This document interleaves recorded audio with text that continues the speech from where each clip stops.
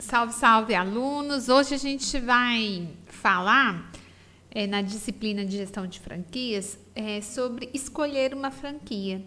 Quais são os passos que o empreendedor ele deve dar para escolher uma franquia? Que cuidados devem tomar? Então é sobre isso que o nosso papo de hoje.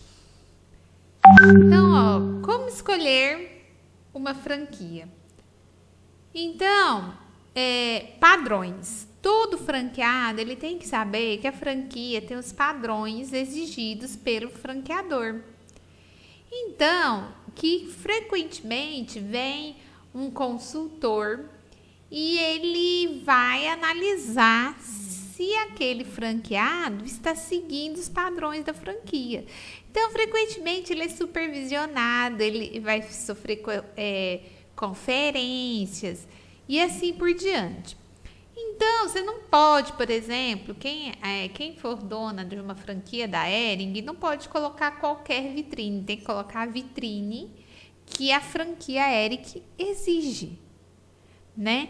E se você tiver com uma franquia diferente e o consultor passar e averiguar que está diferente, você pode ser multado por isso.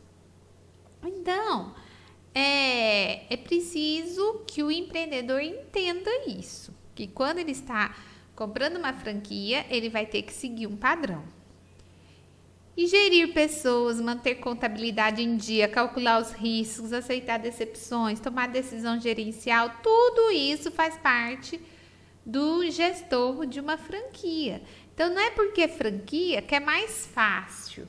Até na última roda de conversa nossa, a gente discutiu isso. Que não é porque franquia é mais fácil, exige muito esforço do empreendedor. Muito. Então, o empreendedor tem que estar ciente disso. É recomendável que o franqueado ele tenha alguma afinidade com o negócio. Tipo, eu vou abrir uma loja, uma franquia que vende chocolate, mas eu odeio chocolate. Não dá, você tem que experimentar o produto, você tem que conversar com o cliente sobre os produtos, não dá. Eu vou abrir uma franquia para lavar carro, mas nossa, eu odeio essa história de lavar carro, não dá. Então, tem franquia que exige que você tenha uma afinidade com o negócio, que goste, né, do produto, que tenha uma certa afinidade. Algumas franquias permitem que o franqueado ele fique alguns dias junto com o outro franqueado para ver a rotina, para ver se ele se adequa a essa rotina da franquia. Então, não pode ser desconsiderado de nenhuma forma, ou seja, tem que ser considerada a capacidade financeira do franqueado. Devendo ser calculado o valor disponível para o tempo de retorno e considerado, tipo assim, se o retorno vem daqui só 3 anos, então, que o franqueador faz essa conta do negócio, como que eu vou sobreviver até lá, né? Então, tem que ter essa capacidade financeira das retiradas da empresa. É preciso ter capital suficiente para iniciar e manter a operação até que ela se torne rentável. Um negócio, ele não se torna rentável no primeiro mês nem no segundo. Ele demora um tempo para se tornar rentável. E nesse tempo, como que você vai fazer suas retiradas? Como que você vai sobreviver, o empreendedor? Então, é preciso se organizar para tomar essa atitude de abrir uma franquia. O risco, né, de se gastar mais do que havia planejado é uma possibilidade. Às vezes o franqueador fala, a loja vai ficar em tanto, e fica em tanto mais um tanto.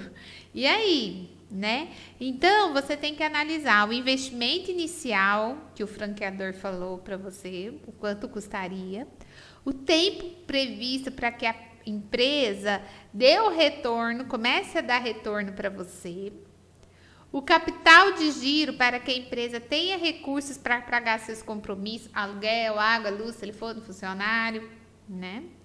Além de uma reserva de capital para sustentar para te sustentar enquanto não puder fazer retiradas da empresa, porque a empresa demora um tempo, né, para gerar lucro. Então, olha só, quando você está escolhendo franquias, algumas possibilidades de franquia serão descartadas. Porque, olha, essa custa muito caro, então eu não tenho, né? Eu não tenho essa grana, então eu já descarto de cara. Outras, por exigirem habilitações ou tempo de dedicação exclusivos diferente da minha realidade. Então, às vezes eu tenho outro emprego, eu trabalho numa outra empresa e a franquia exige dedicação exclusiva minha, então eu não consigo, né? Não consigo me tornar franqueado dessa empresa. Não vou arriscar largar meu emprego. Outras ainda estarão fora porque não estão disponíveis nessa região. Tem muitas empresas, por exemplo, que para patrocínio não está disponível. Então, a partir desse ponto, começa a seleção. O que eu tenho, né, disponível para investir, quais empresas estão nesse rol de investimento, que está aqui na região e que exige coisas dentro do meu rol, né, que eu posso me adequar. Mas também, daí dentro dessas empresas que têm essas características, você vai ter que investigar a franquia, né? Estabelecer comparações e pesos, por exemplo. Essa não tem muito tempo de mercado, aquela tem mais tempo. Então, tempo de mercado pode ser uma coisa que eu vou avaliar. Qual tem mais tempo de mercado? Qual tem mais franqueados? Conversar com os franqueados já existentes e perguntar como eles avaliam a franquia. Então, as taxas cobradas, né? Essa tem o ROIs mais caro, mas em compensação dá um suporte melhor para o franqueado. Então, eu vou ter que pesar tudo isso na balança. Quando se tem uma determinada quantia para investir, cabe perguntar quais são as opções de rentabilidade. Então, a melhor franquia será aquela que tem o menor percentual de recursos imediatos, prazo mais curto para o retorno, que ele me dá um retorno mais rápido, né?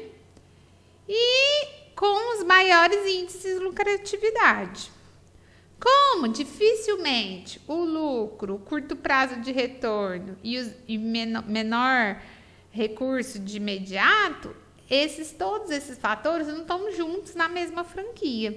Então, eu vou ter que ponderar as minhas análises e escolher uma.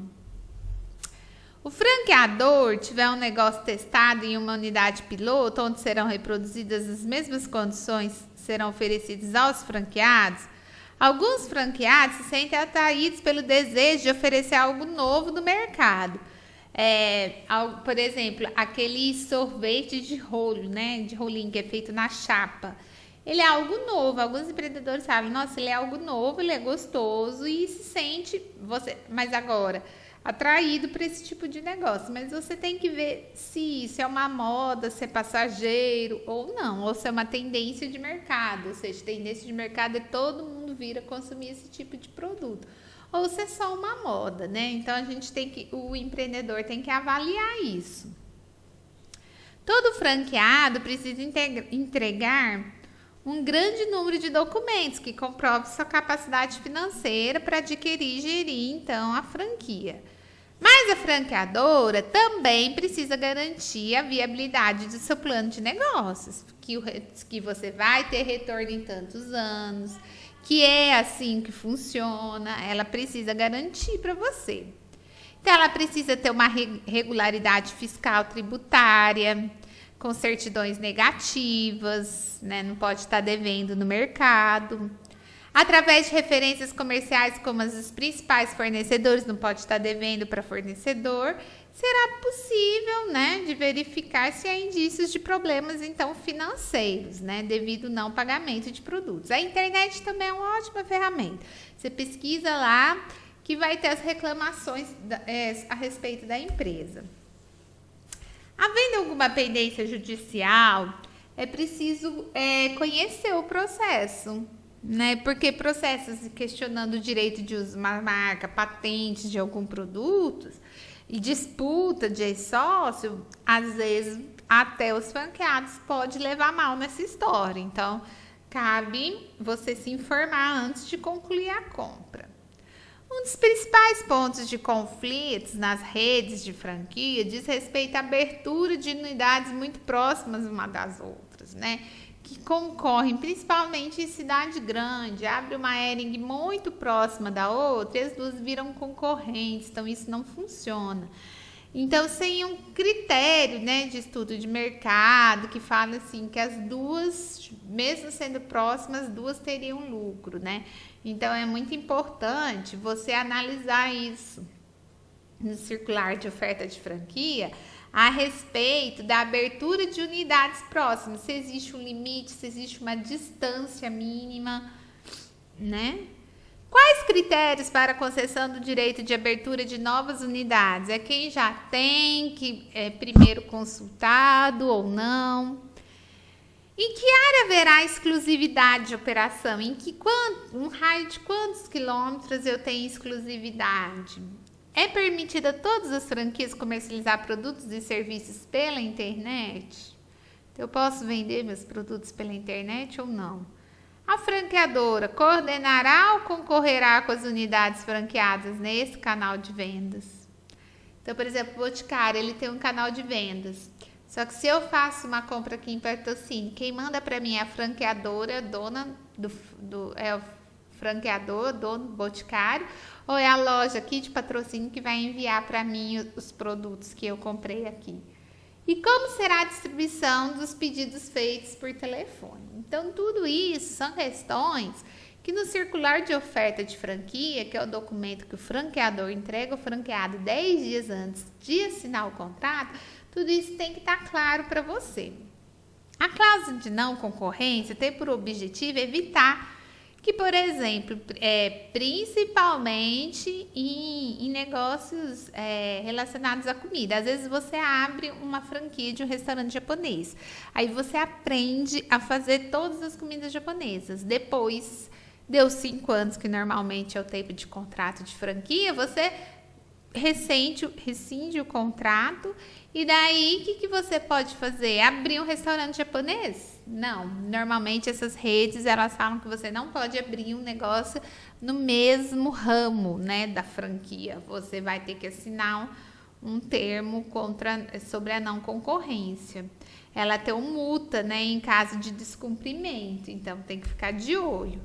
O circular de oferta de franquia deve relacionar os franqueados, os ex-franqueados que se desligaram nos últimos 12 meses, para que você, candidato a franqueado, converse com aqueles que desistiram, porque desistiram. Isso é muito importante, entrevistar esses empresários. Te ajuda na tomada de decisão, né? Caso haja algum pré-requisito, como uma especialização, nível de escolaridade, ele deve estar escrito nesse circular de oferta. Então, a gente tem a Associação Brasileira de Franquias. Se vocês entrarem lá no site, terá todas as franquias, muitas franquias, não são todas, mas muitas franquias separadas por áreas e por exemplo, ramo, né, alimentício, ramo de educação. E daí tem o investimento mínimo, né, que tem taxa de retorno e assim por diante. Ok, alunos? Então, eu termino aqui o conteúdo de gestão de franquias sobre ajuda, né, a escolher uma nova franquia, o empreendedor a escolher, prestar atenção em alguns pontos desses que eu citei.